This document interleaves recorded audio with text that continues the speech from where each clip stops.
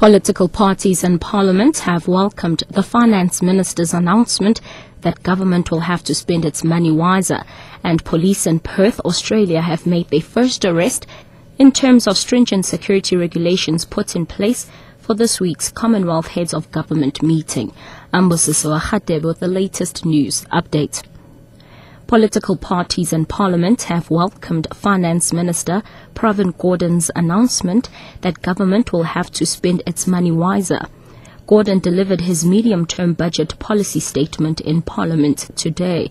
He called for moderate spending in the next 3 years. Gordhan says spending will be shifted towards greater economic investment. Over the next 6 years, 25 billion rand will be allocated to a competitiveness fund to assist companies to boost production and exports.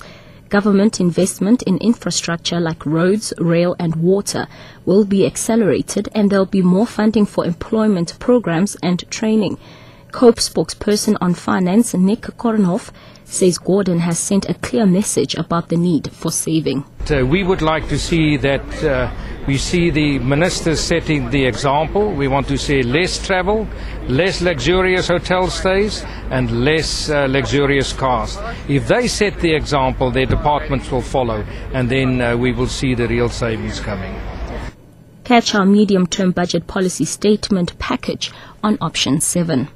16 people have been arrested for public violence following a service delivery protest at Sedgefield in the Southern Cape.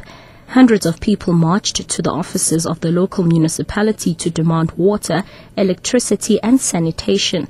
Police spokesperson Bernardine Steyn. Stones were thrown at SAP's members and their vehicles, after which we threw 2 stun grenades. The group dispersed. A total of 16 people were arrested for public violence. They will appear in court soon.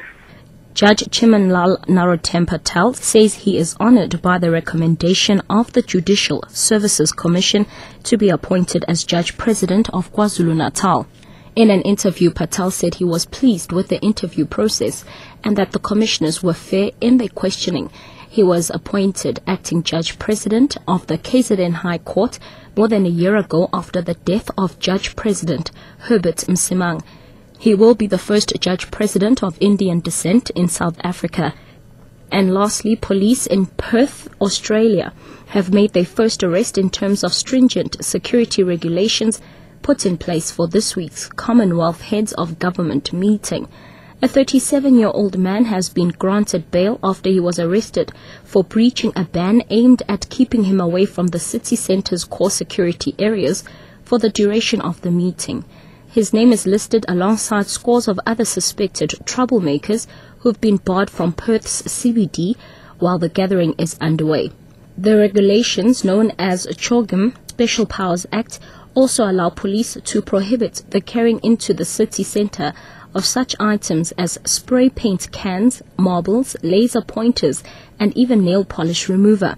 Perth's Mayor Lisa Scafidi. We are a democratic society and we respect the need for some groups to express their displeasure perhaps with CHOGM-related meetings, but we also want to make sure that we run a very professional meeting and a safe meeting and show great care to the many dignitaries that are visiting our city and our country at this time. Catch the latest news anytime here on Newsbreak, option 1.